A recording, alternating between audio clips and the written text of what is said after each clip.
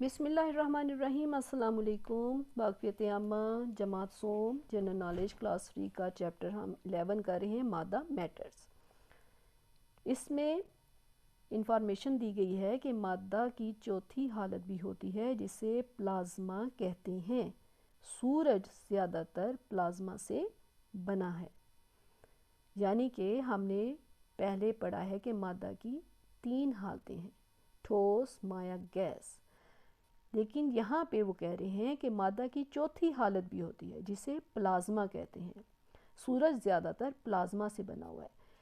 Plasma اصل میں بچوں، آپ کو میں سمجھانے کے لیے آسان لفظوں میں کہہ سکتی ہوں کہ پلازما اصل میں گیس کی ہی ایک حالت ہے۔ جب گیس کو بہت زیادہ حرارت ملتی ہے نا، جب گیس کو بہت زیادہ حرارت ملے تو پھر اس کی جو شکل بنتی ہے نا، اس کو پلازما کہتے ہیں۔